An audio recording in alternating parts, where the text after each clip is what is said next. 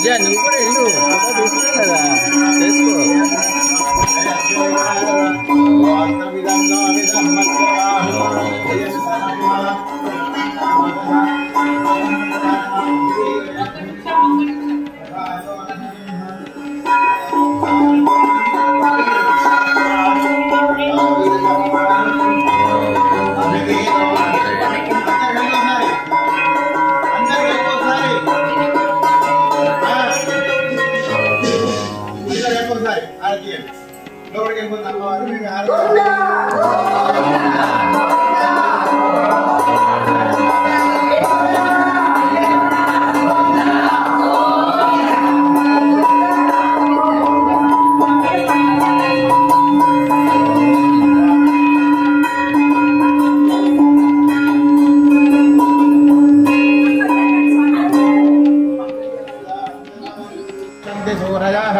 दिवीवदक्षुरादद तद्विप्राहादो वन्यवोदग्रवान् सत्समिन्धते परमं वद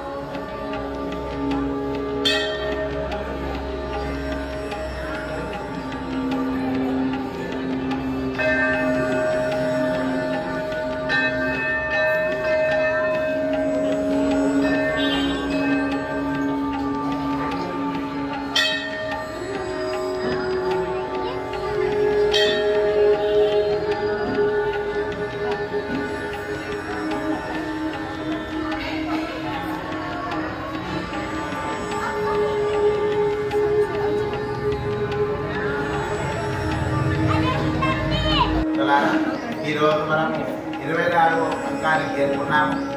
24వ పాఠం ఎలా ఉంది ముందు అసంతానం తర్వాత విశేషం అన్వేళాలంబనందాయ్ అడిపోత్రి చంద్రంగ చెండిలంగ జంతాయ్ జరల్పోత్రి పొన్నంచడం ముదంతాయ్ భగపోత్రి కన్ను పిలావిరందాయ్ జరల్పోత్రి గుడ్డు పుడియావిడుతాయ్ పురంపోత్రి వెన్ను మైగడిక్కుని కైవేల్పోత్రి ఎంట్రెన్ను శివమే తిరువల్వాన్ ఇలియా బందో ఇరంగేలో పోత్రి పోత్రి అంటే మంగళారం అన్నది ఒక అర్థం.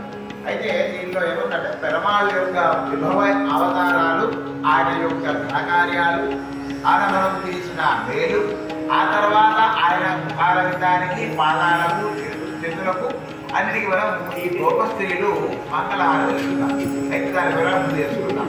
మొదట ఈ లోకాన్ని తన పాదాలతో వచ్చిన ఆ దివ్య భవ్య పాద మనకి మంగళహారం ఇస్తున్నారు. వామనావతారంలో 3 అడుగులు అడిగి ఒక అడుగు బలిచక్రవర్తితో పెట్టి ఇంకో ఆకాశాన్ని మొత్తం కొద్ది కూడా అతని పాదాలు శిరస్సు కాబట్టి అటువంటి దివ్య భవ్యమైన పాదాలను దిగి మంగళహారం ఇస్తున్నాం. రెండో మాసం ఇంకోదాన్ని ఏంటంటే శకనాసురుడు పంపించిన శకనాసురుడు అంటే మన కసుడు పంపించిన శకనాసురుడు బలంగా దాన్ని అతన్ని తుదబట్టించిన ఆ పాదఘట్టానికి పాదాలకు మంగళశాస్త్రాలు పాటిస్తారు.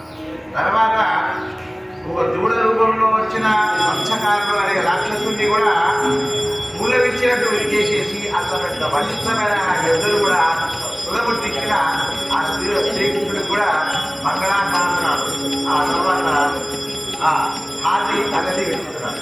తర్వాత ఏంటంటే గర్భంతో ఇంద్రుడు ఆ గోపస్త్రీల మీద గోపల మీద కోపం బట్టి విపరీతమైన కుటుంబం వచ్చినప్పుడు మందర పర్వతాన్ని చిరుకల వేసిన వ్యక్తి కాపాడిన శ్రీకృష్ణుడి ముఖానికి అందరికీ వస్తున్న అవకాశాలను పాల్గొన్నారు. కాబట్టి ఇంతవరకు అతను మనకు ఆ విధంగా అతని గుణగణాలే కాదు, అదే కాకుండా చెప్పాలంటే ఎన్నో అవతారాల్లో మనకు ఎంతో మేలు చేశారు, లోకానికి ఉద్ధరించారు కాబట్టి అలాంటి అన్ని అవతారాలకు దివ్య భవ్య మంగళ స్వరూపాలకు ఈ గోపస్త్రీలు మంగళాన్ని పాడుతూ ఈరోజు మాట్లాడుకోవచ్చు. జయ శ్రీమన్నారాయణ.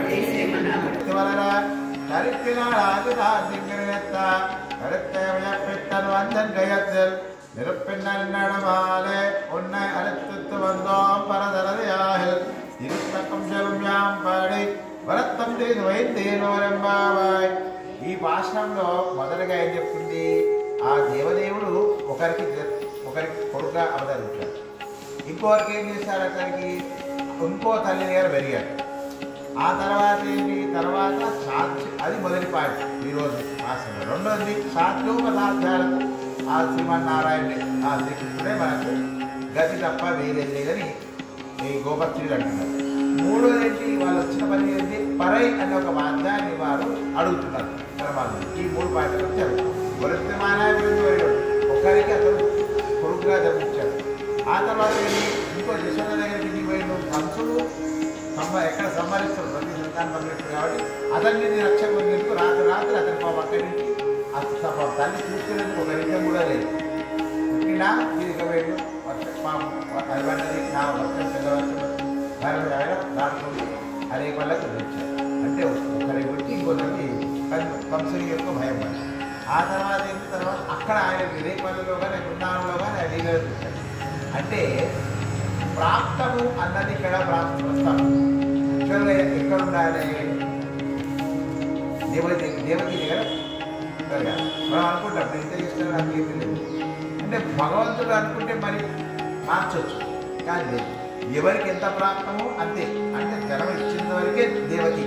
ఆ తర్వాత ఎవరి యశోద భాగ్యం బాగుంది, నన్ను పెంచడము, ఆ పులిపాలు చూడటము, ఆ బాల విద్యాధారాన్ని చూడడం, ఆమె తల్లిదండ్రులు కాబట్టి ఆ వాళ్ళు చూసుకోవడం జరిగింది. ఆ తర్వాత మనకు కూడా ఇదే కాబట్టి మనం చెప్పింది సాధ్య ఉపసాధ్యాలకి సాధ్యాన్ని అసాధ్యాన్ని భగవంతుడు వేడుకుంటే ఇంతకుముందు కూడా నేను చెప్పాను. గోష్ఠి ముఖ్యం, గోష్ఠిలో భగవంతుడి యొక్క అనుగ్రహం వల్ల ఎన్నో సమస్యలు పరిష్కారం అయింది. మనం ఎక్కడో నవగ్రహాలు పండుకోవడం, అక్కడ మీరు తగిలించడం, తర్వాత ఇంకెక్కడో చేయడం నిరర్థకం.